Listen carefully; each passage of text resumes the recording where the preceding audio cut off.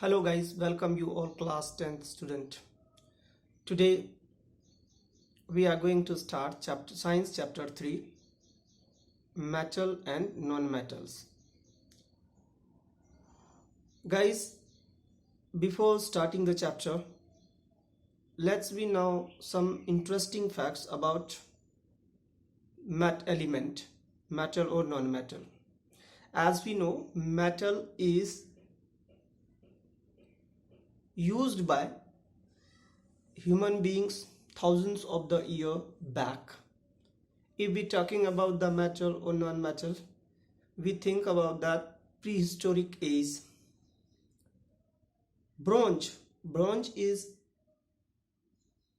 used about 5,000 year back, and recently also it is used. So let's have a look to understand the basic introduction of science chapter 3, which is metal and non-metals. Here I am starting with all. At present there are 118 chemical elements known. All these elements are classified into two main groups, that is metal and non-metal. About 80% of the known element are metals and the rest are non-metal.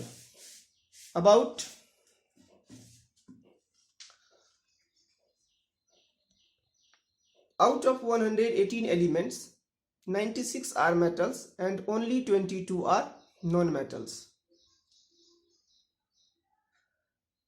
12 elements are gases, 2 are liquids, and rest are solids in the periodic table.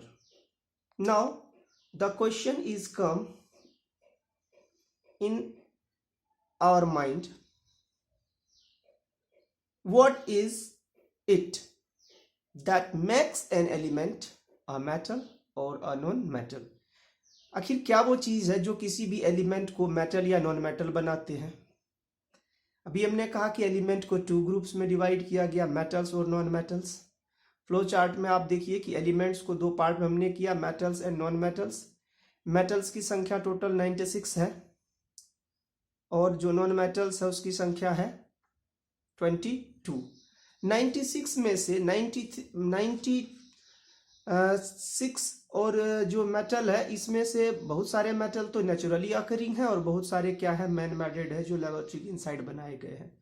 अगर हम periodic table की बात करें, periodic table में आज के date में 118 element known है और अगर हम उसे समझते हुए आगे बढ़े तो हम एक कंक्लूजन पे यहाँ पहुंचने की कोशिश कर रहे हैं. वो कंक्लूजन क्या है, चलो मैं आपको समझाऊं कि क्या कंक्लूजन है, हम किसके बारे में बात कर रहे हैं, किस तरह के कंक्लूजन की बात मैं कर रहा हूं, जरा उस पर गौर कीजिएगा. कंक्लूजन ये है कि 118 एलिमेंट्स में से, आउट ऑफ 118 एलिमेंट्स, इनमें से 93 elements were naturally occurring and rest. अब जब इसमें से आप 18 हटा देते हैं तो कितने बच जाते हैं आपके?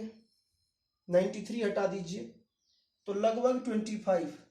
ये जो 25 एलिमेंट्स आपके बच जाते हैं 118 में से, ये तो नेचुरल है और ये लैब में बनाए जाते हैं, लेबोरेटरी में. मैं ये नहीं कहता ये नेचुरल है, ये सारे नेचुरल मेटल है या नॉन मेटल, इसमें कुछ मेटल भी है, कुछ नॉन मेटल भी है. These naturally occurring elements are combination of both the metal and non-metal. But the thing is that कि जो नेचर में एलिमेंट अकर है, जो नेचर में एलिमेंट एग्जिस्ट है, जो अवेलेबिलिटी की हम बात कर रहे हैं, जिस परसेप्शन की हम बात करने की कोशिश कर रहे हैं, जरा उसे समझे कि आखिर क्या है इसके पीछे का science. How we will classify या how we classify, how do we classify the element on the basis of metal and non-metal. So the question, what is it? क्या है ये? What is it? That makes an element a metal और a non metal. ऐसी कौन सी property है, ऐसी कौन सी विशेषता है जो किसी एलिमेंट को मेटल या नॉन मेटल करार देने के लिए जरूरी है? तो चलिए हम उसे अंडरस्टैंड करते हैं। जब तक हम इसके डेफिनेशन को नहीं जानेंगे तब तक हम इस बात को जो है फोर्सफुली या किसी भी तरह से हम आपको ये समझा नहीं पाएंगे। तो चलिए कोशिश करते हैं सबसे पहले ये समझने का कि आखिर वो कौन सा प्रॉपर्टी है, कौन सा नेचर है। तो इन चीजों को समझने के लिए सबसे पहले हमें इसके डेफिनेशन को समझना होगा कि मेटल क्या है।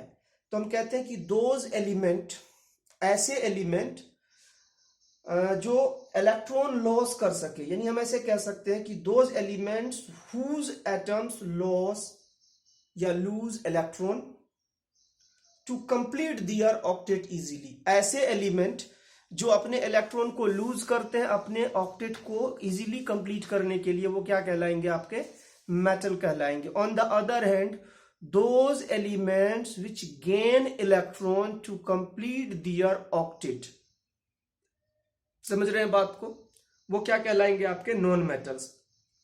जो मेटल्स है वो पीरियोडिक टेबल में लेफ्ट साइड में रखे जाते हैं और जो नॉन मेटल है वो हमारे राइट साइड में है।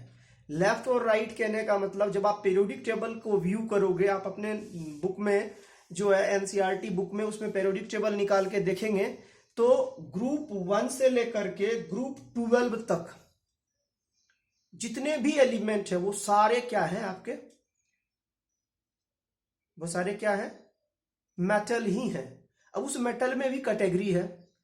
मेटल के कई टाइप हैं, alkali metal, alkaline earth metal, coins metal, transition metal. तो इस तरह से हम उसे भी सब डिवाइड करेंगे। फर्दर इंफॉर्मेशन हमें इसके बारे में भी गैदर करनी है। जो बेसिक कॉन्सेप्ट है इसका, उसको जरा फोकस करते हैं हम।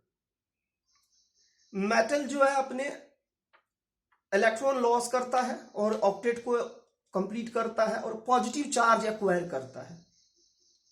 इलेक्ट्रॉन लॉस कर रहा है, इसका मतलब लॉस ऑफ इलेक्ट्रॉन के बाद क्या हो रहा है उसमें? वो पॉजिटिव चार्ज को एक्वायर कर रहा है। जब कोई भी एलिमेंट जो है वो इलेक्ट्रॉन लॉस करता है तो क्या होता है उसमें? एक पॉजिटिव चार्ज, जो लॉस ऑफ इलेक्ट्रॉन के बाद चूंकि नंबर ऑफ प्रोटॉन बढ़ जाते हैं उसके अंदर, तो न्यूक्लियस के पॉजिटिव चार्ज रिफ्लेक्ट होगा। क्योंकि किसी भी एटम में आपने 9th क्लास में पढ़ा है कि नंबर ऑफ इलेक्ट्रॉन और प्रोटॉन इक्वल होते हैं, इसीलिए एलिमेंट्स आर इलेक्ट्रिकली न्यूट्रल होते हैं। लेकिन जब कोई एलिमेंट अपना इलेक्ट्रॉन लॉस कर देगा, इसका मतलब नंबर ऑफ इलेक्ट्रॉन कम हो जाएंगे उसमें, तो बचेगा क्या? आपका नंबर ऑफ प्रोटॉन। और नंबर ऑफ प्रोटॉन ज्यादा होने का मतलब क्या हुआ? कि वो पॉजिटिवली चार्ज्ड कहलाएगा। ठीक है, तो अब हम बात करते हैं कि कैसे, है ना। वही नॉन मेटल की अगर बात करें तो वो क्या कर रहे हैं? Accept electron, gain electron to complete their octet. आपने 9th क्लास में पढ़ा था सोडियम क्लोराइड में कि एक सोडियम अपना इलेक्ट्रॉन रिलीज कर देगा और क्लोरीन उस इलेक्ट्रॉन को एक्सेप्ट कर लेगा। इस तरह से NaCl एक कंपाउंड बन जाता है जिसमें Na+ और Cl- होता है। तो सोडियम यहाँ मेटल है और क्लोरीन क्या है? नॉन मेटल है। उसको भी हम समझेंगे अभी इस चैप्टर में भी। फॉर्मेशन ऑफ आयनिक कंपाउंड जब हम पढ़ेंगे तो वहां इसको डिटेल्ड में लेंगे। तो अभी जो हम बात कर रहे हैं कि जब नॉन मेटल इलेक्ट्रॉन गेन करेगा तो वो नेगेटिव आयन फॉर्म करेगा। इलेक्ट्रॉन जब वो गेन करेगा तो क्या करेगा? नेगेटिव आयन को फॉर्म करेगा।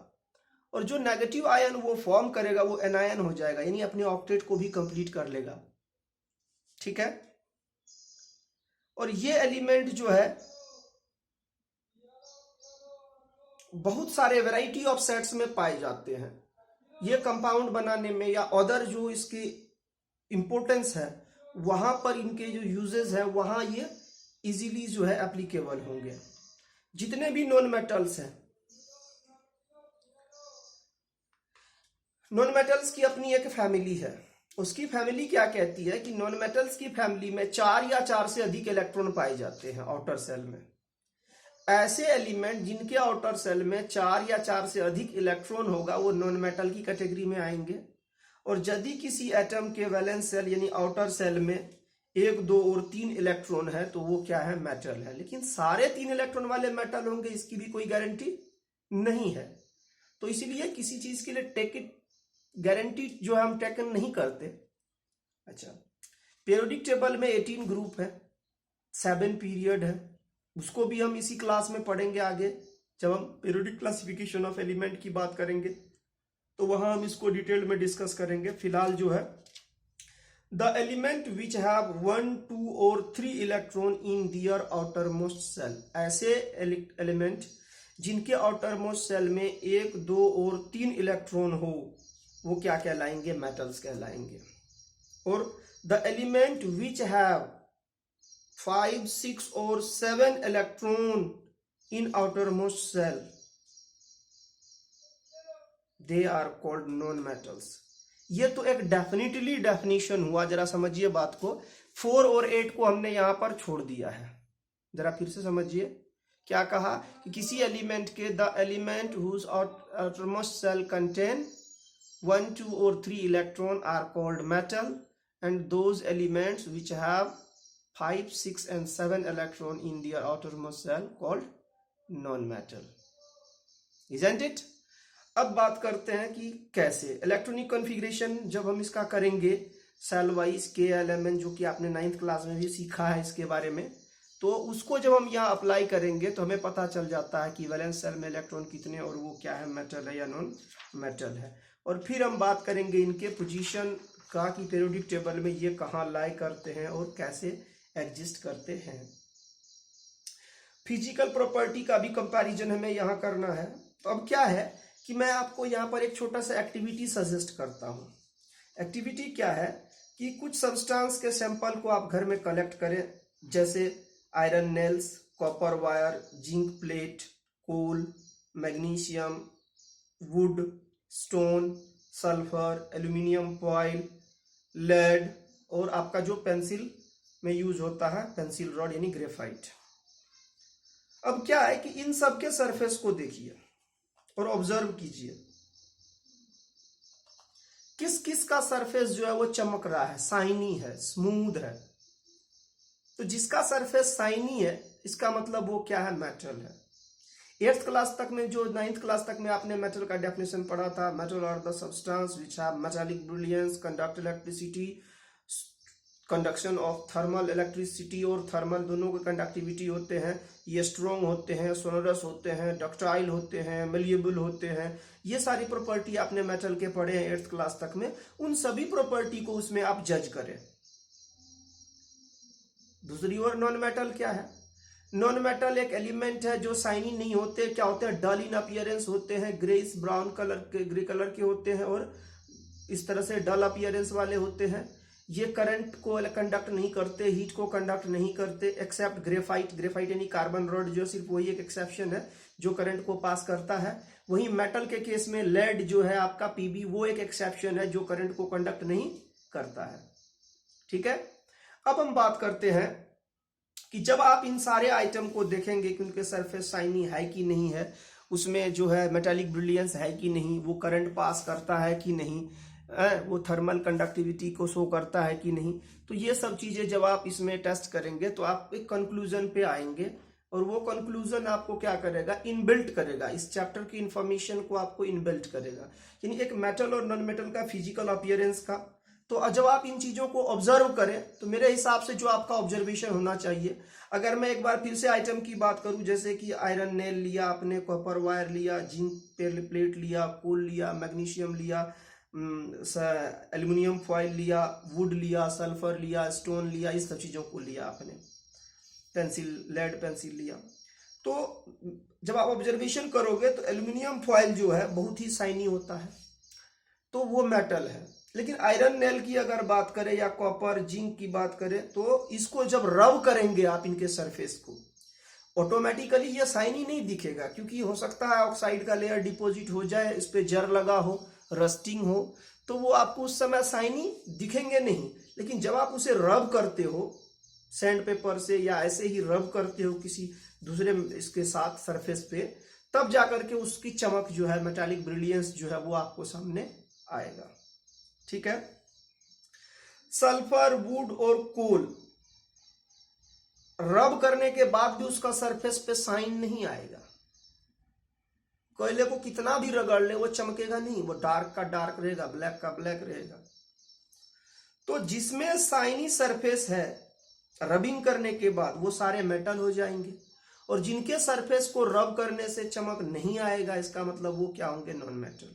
अच्छा, मेटल जो है अगर उसको पेपर पे आप घिसोगे तो उससे लाइन नहीं छोड़ेगा, लेकिन जो लेड है, कार्बन है, उसको अगर आप घिसोगे उस पे तो वो उस पे दाग छोड़ेगा, लाइन छोड़ेगा। लेकिन अब लोहे की कील पे जर लगा है, पेपर पे आप रब कर रहे हो तो वो रस्ट का दाग लगेगा उस पे। लेकिन मैं ये नॉर्मल वे में कहता हूं कि जो है वो लाइन ड्रॉ करने हार्ड होता है, मेटल को जो है, मेटल जो है वो हार्ड होता है, ठीक है ना, नॉर्मल सेंस ये है इसके लिए। तो मेटल जो है वो क्या होगा, उसमें मेटालिक जो ब्रिलियंस होगा, यानी एक चमक होगा, एक लुस्टर्स होंगे, जो लस्टर्स होंगे, उसमें जो शाइन होंगे, है ना। नॉन मेटल्स जो है वो नॉन लस्टरस होगा, ठीक है। मेटल जो है रिफ्लेक्ट करेगा लाइट, जब आप उस पर कोई भी ब्राइट या शाइनी लाइट उसके ऊपर फॉल करोगे तो वो रिफ्लेक्ट करेगा, यानी अपने से दूर भेजेगा उसे। मोबाइल इलेक्ट्रॉन क्यों होता है ऐसा कि मोबाइल इलेक्ट्रॉन जो है लाइट को एब्जॉर्ब करता है, पहले मेटल के केस में मोबाइल इलेक्ट्रॉन होते हैं, और वो उस लाइट को फिर से री इमिट करता है। री इमिट करने का मतलब हुआ फिर से ट्रांसमिट कर देगा उसे, है ना, और वेरियस एनर्जी में। तो इसीलिए कहते हैं कि मेटल जो है हमारा वो गुड रिफ्लेक्टर है। मेटल कैसा होता है हमारा, गुड रिफ्लेक्टर होता है। नॉन मेटल के केस में कुछ एक्सेप्शन है, जैसे ग्रेफाइट है जो कार्बन के एलोट्रॉप है, आयोडीन है जो नॉन मेटल है, लेकिन ये दोनों के सरफेस शाइनी होते हैं। एक्सेप्शन मतलब जो बेसिक डेफिनेशन या बेसिक कैरेक्टरिस्टिक्स से अलग प्रॉपर्टी होल्ड कर रहा है, उसको हम लोग एक्सेप्शन कहेंगे। कहते हैं ना कि यार पता नहीं ये एकदम बहुत ही स्लो लड़का है, एक्सेप्शन है, उसकी फैमिली में सभी तेज है, लेकिन ये एक जो है बहुत ही सीधा सा, शांत सा, एकदम स्लो सा है, डल है, तो एक्सेप्शन है ये। कहते हैं ना कई कि किसी परिवार में सारे लोग अच्छे होते हैं, कोई एक बदमाश निकल जाएगा, यार ये तो फैमिली के लिए एक्सेप्शन है, सारे लोग अच्छे हैं उसमें। तो वैसे ही जो एलिमेंट है उसमें, जैसे मेटल है तो मेटल में भी कुछ एक्सेप्शन है। अब जैसे अगर आप बात करें मरकरी, Hg, मेटल सॉलिड होते हैं, शाइनी होते हैं, लेकिन Hg लिक्विड है।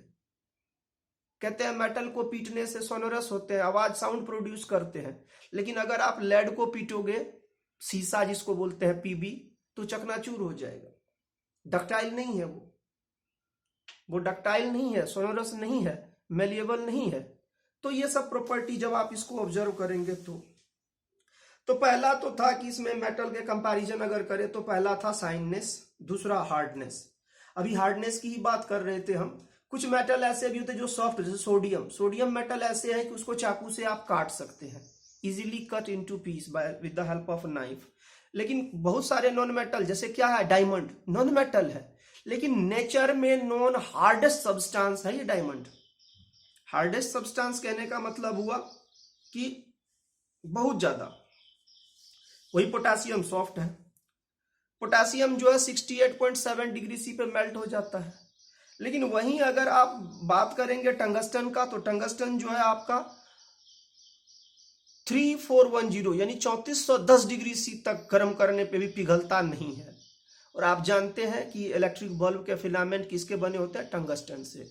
तो टंगस्टन एक ऐसा मेटल है जो हाई टेम्परेचर पे भी मेल्ट नहीं होता। तो हार्डनेस की जब बात आ रही है तो यहाँ पे भी हम इन चीजों को जो है समझ सकते हैं कि मेटल हार्ड होते हैं, नॉन मेटल सॉफ्ट होते हैं, लेकिन एक्सेप्शन है। वो एक्सेप्शन अभी हम डिस्कस करते जा रहे हैं कि सोडियम और पोटेशियम दो ऐसे मेटल है जिसको आप नाइफ से इजीली कट कर सकते हैं, बाकी सारे क्या है, स्ट्रॉन्ग है। इसके बाद आता है मेलिएबिलिटी। मैंने पहले ही कहा था, मेलिएबिलिटी का मतलब हुआ कि ऐसे सब्सटेंस जिसको हेम करके, हथौड़े से पीट करके सीट में कन्वर्ट किया जा सके, उसको हम लोग कहते हैं मेलिएबिलिटी। नहीं, यानी थीन सीट में जिसे कन्वर्ट किया जा सके। तो मेटल जितने हैं वो सारे थीन सीट में कन्वर्ट किए जाते हैं। कहते हैं कि 10 ग्राम गोल्ड को अगर आप हेम करते रहो तो एक 10 ग्राम गोल्ड को पीट करके टेनिस कोर्ट के इतना बड़ा सीट तैयार होगा कि वो एक टेनिस कोर्ट को कवर कर दे। ठीक है, समझ रहे हैं मैं क्या कह रहा हूं कि 10 gram gold piece can be hemmed equal to a tennis court. एक टेनिस कोर्ट के तरह, एक टेनिस कोर्ट की लंबाई के लेंथ और ब्रेथ के बराबर उसको पीट के हेम किया जा सकता है, यानी इतना टेंसाइल स्ट्रेंथ होता है उसमें। तो जो एल्यूमिनियम, कॉपर, ये है सारे हाईली मेलिएबल है। नॉन मेटल जो है वो नॉन मेलिएबल होते हैं, यानी उसको पीट के आप शीट में कन्वर्ट नहीं कर सकते, ठीक है। अगर उसको हैम करेंगे तो वो छोटे छोटे टुकड़े में ब्रेक इनटू पीसेस ये हो जाएंगे। उसके बाद बात आती है डक्टिलिटी। डक्टिलिटी का मतलब होता है कि drawn in a shape of wire, तार के फॉर्म में उसको खींच देना। अब आप जानते हो नॉर्मल जो है सबसे ज्यादा डक्टिलिटी की बात आती है तो गोल्ड जो है वो डक्टाइल है सबसे ज्यादा, और नॉन मेटल नॉन डक्टाइल होते हैं। तो 1 ग्राम गोल्ड से 1 gram gold can be drawn into 2 kilometre length of wire. 1 gram gold को 2 किलोमीटर पतले तार में, इतना तार है 2 किलोमीटर लंबा, यानी 2000 मीटर लेंथ के वायर 1 ग्राम गोल्ड से बनाए जा सकते हैं, यानी 2 किलोमीटर लंबी वायर बनाए जा सकते हैं किससे? 1 ग्राम ऑफ गोल्ड से। इसके बाद आता है सोनरस, जो मैंने पहले चर्चा किया था, पीटने पे आवाज हो जाए, यानी produce ringing sound on beating. तो जितने भी मेटल है ये सारे प्रोड्यूस करते हैं, नॉन मेटल नहीं करते। जैसे है सल्फर, आयोडीन, कार्बन, ये सब इसमें नहीं आते, ठीक है।